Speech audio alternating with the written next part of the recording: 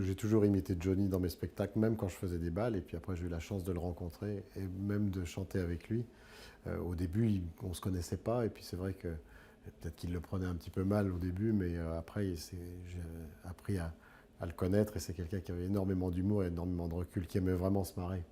Et voilà, on a tissé cette relation, notamment en chantant ensemble. Et il était même allé jusqu'à m'imiter l'imitant quand on avait fait le parc de Sceaux. Donc c'était quelqu'un de généreux, de toute façon. Et ça faisait quoi justement de chanter avec lui cette fois-ci, vous étiez vraiment à Ah, côté de lui quand on chantait avec lui, on avait le trouillomètre à zéro, hein, ça c'est sûr.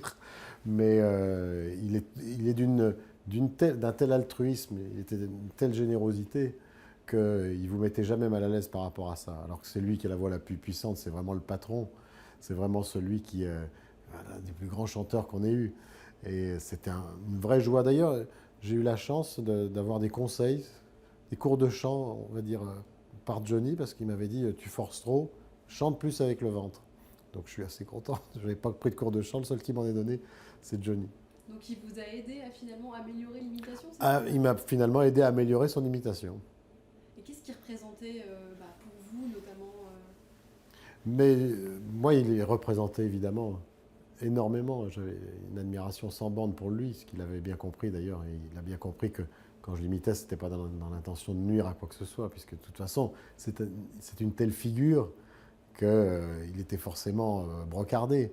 Mais j'ai toujours essayé de faire attention quand même à pas le blesser, parce que c'est quelqu'un de foncièrement gentil. Et il y avait après, on avait ce jeu là où il disait t'as pas fini de te foutre de ma gueule. Euh, il venait à l'Olympia régulièrement.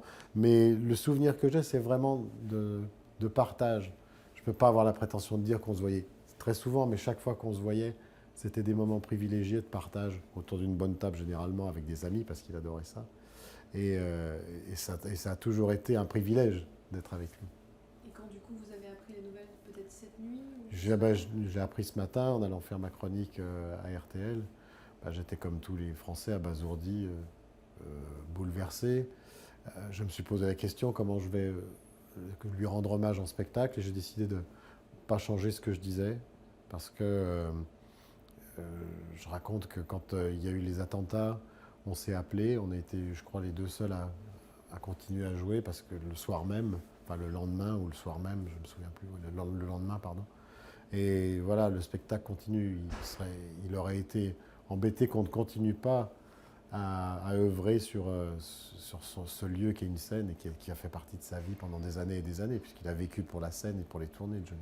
Donc ce soir du coup vous aurez quand même à cet instant, même si vous Ah, n'êtes j'aurai pas... un grosse pensée pour lui, un gros pincement au cœur, et je crois que ça va être très émouvant. Vous savez, je ne veux pas faire dans le pathos ni racoler par rapport à ça, mais ne pas l'évoquer, c'était impossible.